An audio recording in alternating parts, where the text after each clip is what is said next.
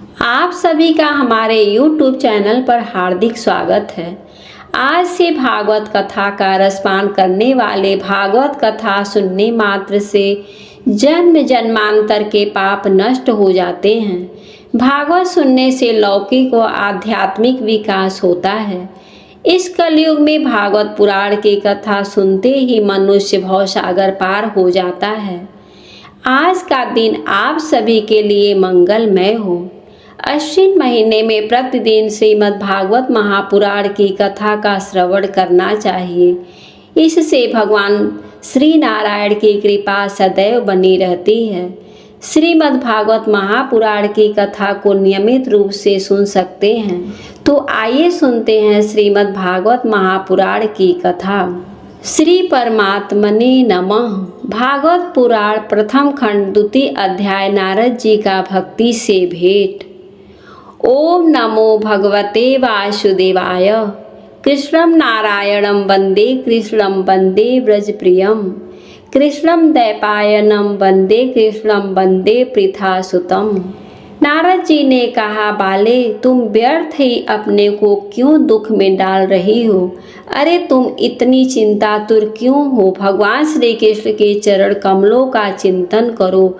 उनकी कृपा से तुम्हारा सारा दुख दूर हो जाएगा।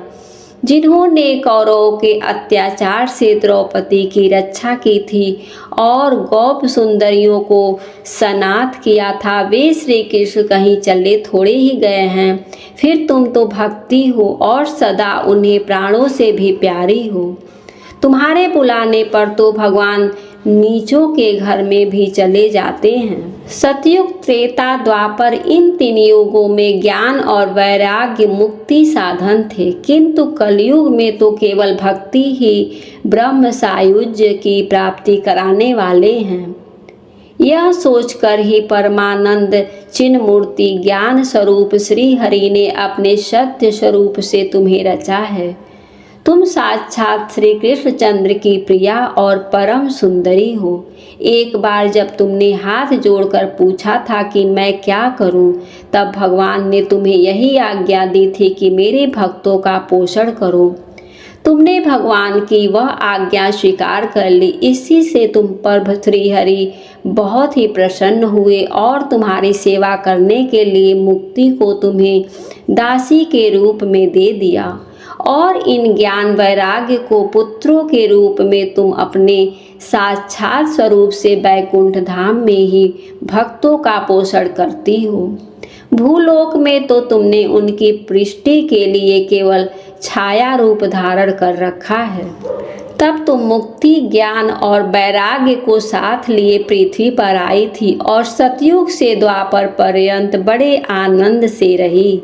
कलयुग में तुम्हारी दासी मुक्ति पाखंड रूप रोग से पीड़ित होकर क्षीण होने लगी थी, इसलिए वह तो तुरंत ही तुम्हारी आज्ञा से वैकुंठ लोक को चली गई। इस लोक में भी तुम्हारे स्मरण करने से ही वह आती है और फिर चली जाती है, किंतु इन ज्ञान वैराग्य को तुमने पुत्र मानकर अपने पास ही रख छोड़ा है। फिर भी कलयुग में इनकी उपेक्षा होने के कारण तुम्हारे ये पुत्र उत्साहीन और वृद्ध हो गए हैं। फिर भी तुम चिंता ना करो, मैं इनके नवजीवन का उपाय सोचता हूँ। सुमुखी, कली के समान कोई भी युग नहीं है। इस युग में मैं तुम्हें घर घर में प्रत्येक पुरुष के हृदय में स्थापित कर दूंगा। देखो, अन्य सभी धर्मों को दबाकर और भक्ति विषयक महोत्सवों को आगे रखकर यदि मैंने लोक में तुम्हारा प्रचार न किया तो मैं श्री हरि का दास नहीं। इस कलयुग में मैं जो जीव तुमसे युक्त होंगे वे पापी होने पर भी वैकुंठ भगवान श्री कृष्ण के अभय धाम को प्राप्त होंगे। जिनके हृदय में निरंतर प्रेम रूपी भक्ति निवास करती है, वे शुद्ध करण पुरुष स्वप्न में भी यमराज को नहीं देखते। जिनके हृदय में भक्ति महारानी का निवास है, उन्हें प्रेत पिशाच राक्षस या दैत्य आदि स्पर्श करने में भी समर्थ नहीं हो सकते। तप, वेदाध्यान, ज्ञान और कर्म आदि किसी भी साधन से भगवान वश में नहीं किए जा सकते। वे केवल भक्ति से ही वशीभूत होते हैं। इसमें श्री गोपीजन प्रमाण है। मनुष्यों का सहस्त्रों जन्म के पुण्य प्रताप से भक्ति में अनुराग होता है। कलयुग में केवल भक्ति ही सार है। भक्ति से तो साक्षात श्री कृष्णचंद्र सामने उपस्थित हो जाते हैं।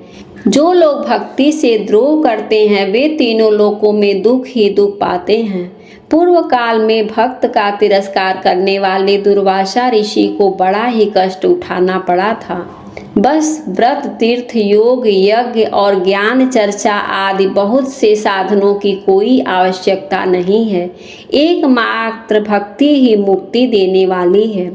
सुत जी कहते हैं, इस प्रकार नारद जी के निर्णय किए हुए अपने महात्म्य को सुनकर भक्ति के सारे अंग पुष्ट हो गए और वे उनसे कहने लगी। भक्ति ने कहा, नारद जी आप धन्य हैं, आपकी मुझ में निश्चल प्रीति है। मैं सदा आपके हृदय में रहूंगी, कभी आपको छोड़कर नहीं जाऊंगी।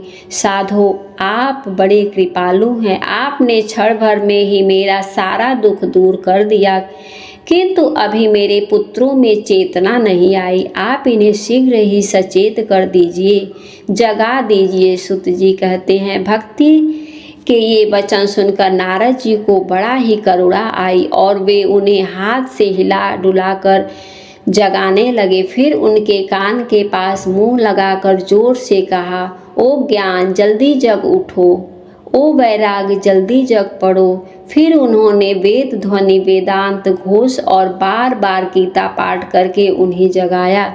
इससे वे जैसे के तैसे बहुत जोर लगाकर उठे, किंतु आलस्य के कारण वे दोनों जम्हाई लेते रहे। नेत्र उघाड़ कर देख भी नहीं सकते। उनके बाल बगुलों की तरह सफ़ेद हो गए थे। उनके अंग प्रायः सूखे काठ के समान निस्तेज और कठोर हो गए थे। इस प्रकार भूख प्यास के मारे अत्यंत दुर्बल होने के कारण उन्हें फिर सोते देख नारद जी को बड़ी चिंता हुई और वे सोचने लगे, अब मुझे क्या करना चाहिए। इनकी यह नींद और इससे भी बढ़कर इनकी वृद्धा अवस्था कैसे दूर हो। शौनक जी इस प्रकार चिंता करते करते वे भगवान का स्मरण करने लगे। उसी समय वह आकाशवाणी हुई कि मुनि, दुख मत करो, तुम्हारा यह उद्योग निसंदेह सफल होगा। देवर्ष, इसके लिए तुम एक सत्कर्म करो। वह कर्म तुम्हें संत शिरोमणि महानुभाव बताएंगे। उस सत्कर्म का अनुष्ठान करते ही क्षण भर में इनकी नींद और वृद्धा अवस्था चली जाएगी तथा सर्वत्र भक्ति का प्रसार होगा। यह आकाशवाणी वहाँ सभी को साफ साफ सुनाई दी। इससे नारद जी को बड़ा विस्मय हुआ और वे कहने लगे, मुझे तो इसका कुछ आशय समझ में नहीं आया। नारद जी बोले, इस आकाशवाणी ने भी गुप्त रूप ही बात कही है। यह नहीं बताया कि वह कौन सा साधन किया जाए जिससे इनका कार्य सिद्ध हो। वे संत न जाने कहाँ मिलेंगे और किस प्रकार उस साधन को बताएंगे। अब आकाशवाणी ने जो कुछ कहा है उसके अनुसार मुझे क्या करना चाहिए। सुत जी कहते हैं, शौनक जी तब ज्ञान वैराग्य दोनों को वहीं छोड़कर नारद मुनि वहाँ से चल पड़े और प्रत्येक तीर्थ में जा जाकर के मार्ग में मिलने वाले मुनीश्वरों से वह साधन पूछे।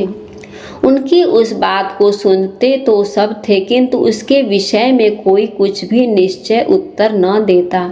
किसी ने उसे असाध्य बताया, कोई बोले इसका ठीक ठीक पता लगना ही कठिन है। कोई सुनकर चुप रह गए और कोई तो अपनी अवज्ञा होने के भय से बात को टाल टूल कर खिसक गए। त्रिलोकी में महान आश्चर्यजनक हाहाकार मच गया। लोग आपस में कानाफूसी करने लगे। भाई, जब वेद ध्वनि, वेदांत घोष और बार बार गीता पाठ सुनाने पर भी भक्ति, ज्ञान और वैराग्य ये दोनों नहीं जगाए जा सके तब और कोई उपाय नहीं है। स्वयं योगी राज नारद को भी जिसका ज्ञान नहीं है उसे दूसरे संसारी लोग कैसे बता सकते हैं। इस प्रकार जिन जिन ऋषियों से इसके विषय में पूछा गया उन्होंने निर्णय करके यही कहा कि यह बात दुस्साध्य ही है। तब नारद जी बहुत चिंतातुर हुए और बदरी वन में आए। ज्ञान और वैराग्य को जगाने के लिए वहां उन्होंने यह निश्चय किया कि मैं तप करूंगा। इसी समय उन्हें अपने सामने करोड़ों सूर्यों के समान तेजस्वी सनकादि मुनीश्वर दिखाई दिए। उन्हें देखकर वे मुनि श्रेष्ठ कहने लगे। नारद जी ने कहा, महात्माओं, इस समय बड़े भाग्य से मेरा आप लोगों के साथ समागम हुआ है। आप मुझ पर कृपा करके शीघ्र ही वह साधन बताइए। आप सभी लोग बड़े योगी, बुद्धिमान और विद्वान हैं। आप देखने में 5-5 वर्षों के बालक से जान पड़ते हैं, किंतु हे पूर्वजों के भी पूर्वज, आप लोग सदा वैकुंठ धाम में निवास करते हैं, निरंतर हरि कीर्तन में तत्पर रहते हैं, भगवत लीला अमृत का रसास्वादन कर सदा उसी में उन्मत्त रहते हैं और एकमात्र भगवत कथा ही आपके जीवन का आधार है। हरि शरण में यह वाक्य सर्वदा आपके मुख में रहता है। इसी से काल प्रेरित वृद्धा अवस्था भी आपको बाधा नहीं पहुंचाती। पूर्व काल में आपके भूभ्रंग मात्र से भगवान विष्णु के द्वारपाल जय और विजय तुरंत ही पृथ्वी पर गिर गए थे और फिर आपकी ही कृपा से वे पुनः वैकुंठ लोक पहुंच गए। धन्य है, इस समय आपका दर्शन बड़े सौभाग्य से ही हुआ है। मैं बहुत ही दीन हूँ और आप लोग स्वभाव से ही दयालु हैं, इसलिए मुझ पर आपको अवश्य कृपा करनी चाहिए। बताइए, आकाशवाणी ने जिसके विषय में कहा है वह कौन सा साधन है और मुझे किस प्रकार उसका अनुष्ठान करना चाहिए? आप इसका विस्तार से वर्णन कीजिए। भक्ति, ज्ञान और वैराग्य को किस प्रकार सुख मिल सकता है और किस तरह इनकी प्रेम पूर्वक सब वर्णों में प्रतिष्ठा की जा सकती है? सनकादिक ने कहा, हे देवर्षि, आप चिंता न करें, मन में प्रसन्न हो। उनके उद्धार का एक सरल उपाय पहले से ही विद्यमान है। नारद जी, आप धन्य हैं, आप विरक्तों के शिरोमणि हैं, श्री कृष्ण दास के शाश्वत पथ प्रदर्शक एवं भक्ति योग के भास्कर हैं। आप भक्ति के लिए जो उद्योग कर रहे हैं यह आपके लिए कोई आश्चर्य की बात नहीं है। समझनी चाहिए, भगवान के भक्त के लिए तो भक्ति की सम्यक स्थापना करना सदा उचित ही है। ऋषियों ने संसार में अनेकों मार्ग प्रकट किए हैं, किंतु वे सभी कष्ट साध्य है और परिणाम में प्रायः स्वर्ग की ही प्राप्ति कराने वाला है। अभी तक भगवान की प्राप्ति कराने वाला मार्ग तो गुप्त ही रहा है। उसका उपदेश करने वाला पुरुष प्रायः भाग्य से ही मिलता है। आपको आकाशवाणी ने जिस सत्कर्म का संकेत किया है उसे हम बताएंगे। आप प्रसन्न और समाहित चित्त होकर के सुनिए। नारद जी, द्रव्य यज्ञ, तपो यज्ञ, योग यज्ञ और ये सब तो स्वर्गाधिक प्राप्ति कराने वाले कर्म की ही ओर संकेत करते हैं। पंडितों ने ज्ञान यज्ञ को ही सत्कर्म का सूचक माना है। वह श्रीमद् भागवत का पारायण है जिसका गान सुकादि महानुभावों ने किया है। उसके शब्द सुनने से ही भक्ति, ज्ञान और वैराग्य को बड़ा बल मिलेगा। इससे ज्ञान और वैराग्य का कष्ट मिट जाएगा और भक्ति को आनंद मिलेगा। सिंह की गर्जना सुनकर जैसे भेड़ियां भाग जाती हैं, उसी प्रकार श्रीमद् भागवत की ध्वनि से कलयुग के सारे दोष नष्ट हो जाएंगे।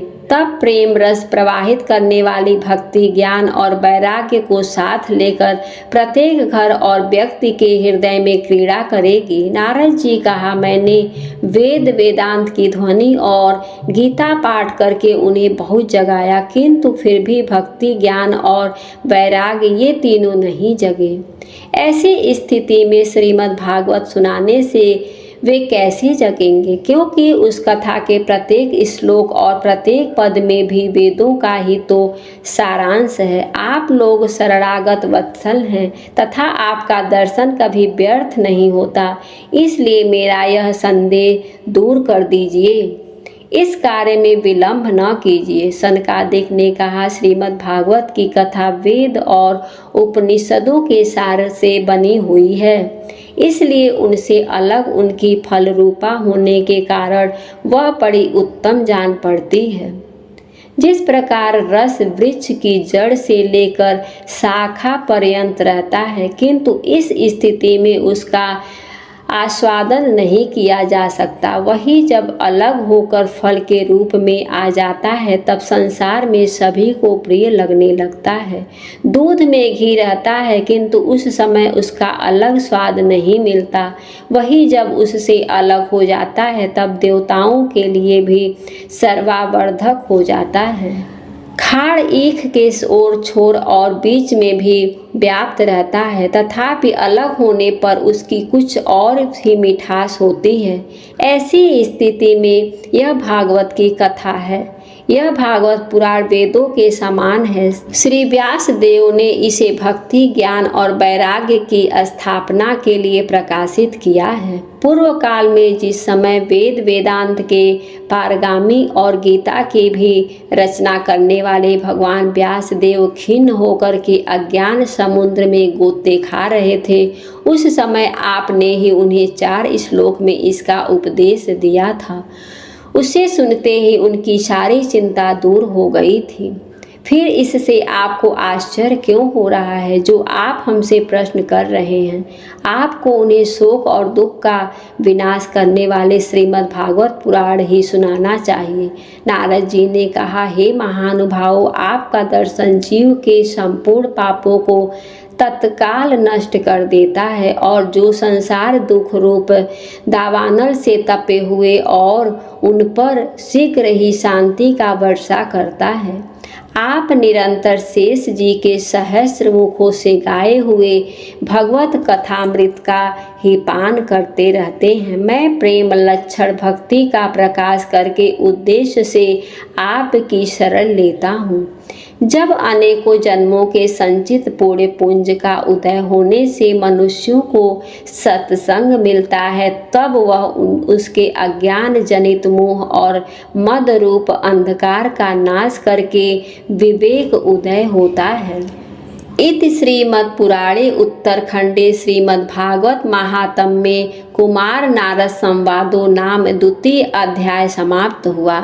जय श्री कृष्ण। आज की कथा समाप्त हुई। आशा करती हूँ आपको आज की कथा पसंद आई होगी।